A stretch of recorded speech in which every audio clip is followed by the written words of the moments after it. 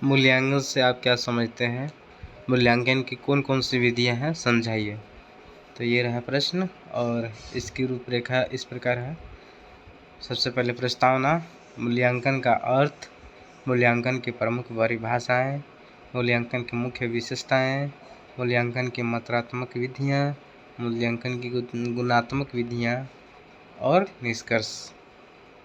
Let's see one by one. First of all, प्रस्तावना। शिक्षा एक उद्देश्यपूर्ण और निरंतर चलने वाली सामाजिक प्रक्रिया है। शिक्षण अधिगम प्रक्रिया का अंतिम लक्ष्य केवल छात्रों को सूचनाएं देना नहीं, बल्कि उनके व्यवहार में सकारात्मक परिवर्तन लाना है। छात्र के व्यवहार में यह परिवर्तन किस सीमा तक हुआ है और शिक्षण के उद्देश्य कहाँ तक प्राप्त हुए हैं, इसकी व्यवस्थित जांच करने की व्यापक प्रक्रिया को शिक्षा शास्त्र में मूल्यांकन यानी एवेल्युएशन कहा जाता है। यह संपूर्ण शिक्षा प्रणाली का एक अनिवार्य नियामक केंद्र है। अगला है मूल्यांकन का अर्थ, मीनिंग ऑफ एवेल्युएशन।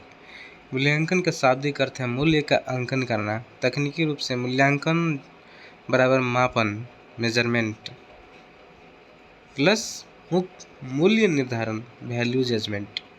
मापन यहाँ केवल छात्र के प्रदर्शन को अंकों या संख्याओं के रूप में दर्शाता है। जैसे राहुल को गणित में 100 में से 85 अंक मिले। वहीं मूल्यांकन उन अंकों का शैक्षिक और सामाजिक मानकों के आधार पर विश्लेषण करता है।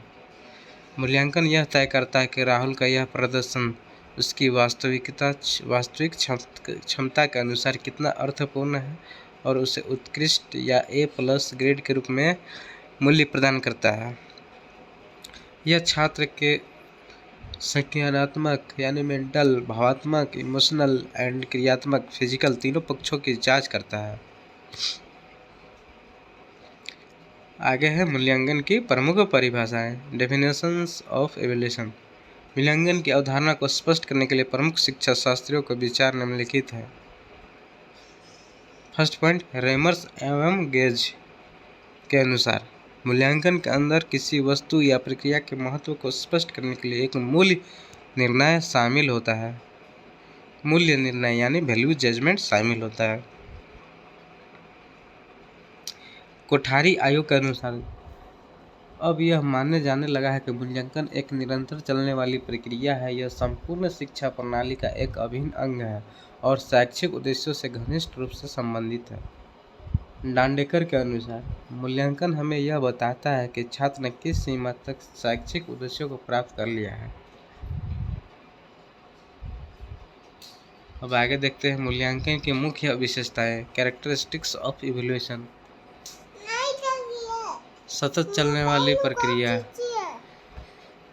मुख्य विशेषता को देखते हैं। सतत चलने वाली प्रक्रिया, अत्यंत व्यापक क्षेत्र, पूर्णतः उद्देश्य केंद्रित व्यवस्था, सकारात्मक सुधारात्मक दृष्टिकोण, सहयोगात्मक सामाजिक स्वरूप, भविष्यवाणी की संभावना, त्रिमुखी प्रक्रियात्मक ढांचा, छात्र केंद्रित शिक्षण आधार, शैक्षिक नैदानिक प्रकृति, व्यवहार परिवर्तन मापक, पूर्णतः मूल्य निर्धारण प्रणाली, मात्रात्मक गुणात्मक संगम, निरंतर संवादात्मक प्रक्रिया, विविध उपकरणों का प्रयोग, शिक्षण विधि सुधारक।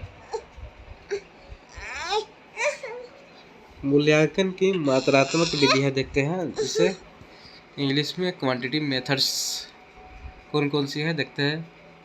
ये विधियां छात्र के शैक्षिक ज्ञान और बौद्धिक क्षमताओं को अंकों, प्रतिशत या संख्यात्मक रूप में मापने के लिए उपयोग की जाती है।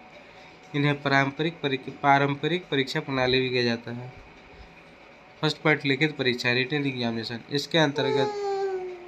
इसके अंतर्गत वस्तुनिष्ठ MCQ, अति लघु और निबंधात्मक प्रश्न पूछे जाते हैं। यह छात्र के लेखन कौशल, तार्किक क्षमता और अभिव्यक्ति की जांच सबसे पुराना साधन है।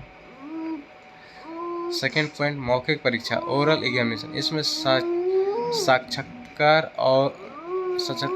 मौखिक प्रश्नोत्तरी, अंताक्षरी या वाद विवाद प्रतियोगिताएं शामिल है। यह विधि छात्र के तत्कालिक ज्ञान, भाषा के शुद्ध उच्चारण, आत्मविश्वास और बोलने की क्षमता का मूल्यांकन करती है। अगला पॉइंट, और प्रायोगिक परीक्षा प्रैक्टिकल एग्जामिनेशंस, यह मुख्य रूप से विज्ञान, कंप्यूटर, भूगोल, गृह विज्ञान और संगीत जैसे विषयों के लिए अनिवार्य है। इसके माध्यम से छात्रों के क्रियात्मक कौशल, उपकरणों को संभालने की क्षमता और व्यवहारिक ज्ञान की जांच की जाती है। अब रूपरेखा का अगला बिंदु है मूल्यांकन की गुणात्मक विधियाँ। मूल्यांकन की गुणात्मक विधियाँ क्वालिटेटिव मेथड्स कौन कौन सी है देखते। ये विधियाँ छात्र के व्यक्तित्व, व्यवहार, सामाजिक गुणों, संवेगों और जीवन मूल्यों को जांचने के लिए अपनाई जाती है, जिन्हें अंकों में मापना संभव नहीं होता है।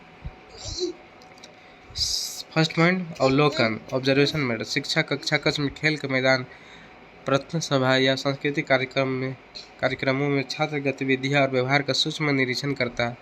इस आधार पर उसके सामाजिक समायोजन और नेतृत्व गुण का मूल्यांकन होता है। नेक्स्ट पॉइंट है चेकलिस्ट जांच सूची। इसमें छात्र के विशिष्ट व्यवहारों या कौशलों की एक पूर्व तैयार सूची होती है। शिक्षक छात्र के आचरण को देखकर उसके सामने केवल हाँ या नहीं का चिन्ह लगाता है। थर्ड पॉइंट है रेटिंग स्केल्स क्रम निर्धारण। इसके माध्यम से किसी छात्र के विशेष गुण की तीव्रता या स्तर को मापा जाता है, जैसे छात्र का अनुशासन कैसा, उत्कृष्ट, बहुत अच्छा, सामान्य या असंतोषजनक। नेक्स्ट पॉइंट है संचयी रिकॉर्ड कम्युलेटिव रिकॉर्ड। संचय अभिलेख यह विद्यालय में छात्र का एक स्थायी ऐतिहासिक दस्तावेज होता है। इसमें छात्र के प्रवेश से लेकर अंत तक उसके पारिवारिक पृष्ठभूमि, स्वास्थ्य, मानसिक उपस्थिति, अकादमिक प्रगति और नैतिक विकास का पूरा क्रमिक लेखा जोखा होता है। नेक्स्ट है घटनात्मक अभिलेख एनेक्डोटल रिकॉर्ड उपाख्यानात्मक रिकॉर्ड। इसमें छात्र के विद्यालय जीवन के किसी विशेष, असाधारण या आकस्मिक घटना का निष्पक्ष, यथार्थ और वर्णनात्मक और विवरण लिखा जाता है, जो उसके चरित्र के किसी खास विषय को उजागर करता है। नेक्स्ट है पोर्टफोलियो। यह पूरे शैक्षणिक सत्र में छात्र द्वारा किए गए उत्कृष्ट कार्यों जैसे स्केच, लिखी गई कविताएं, विशेष प्रोजेक्ट्स, प्रमाण पत्र का एक व्यवस्थित और कलात्मक संग्रह होता है, जो उसके क्रमिक प्रगति को जीवंत रूप से दर्शाता है। निष्कर्षतः यह मूल्यांकन शिक्षा जगत का एक बहुआयामी और अनिवार्य अंग है, जहाँ मात्रात्मक विधियाँ छात्र के मानसिक स्तर और ज्ञान को संख्यात्मक सटीकता देती है, वह गुणात्मक विधियाँ उसके अंतर्निहित मानवीय गुणों और कौशलों को निखारती है। आधुनिक राष्ट्रीय शिक्षा नीति (NP) के 360 डिग्री समग्र विकास के लक्ष्य को पूरा करने के लिए इन दोनों विधियों का संतुलित और पूरक प्रयोग अत्यंत आवश्यक है। धन्यवाद।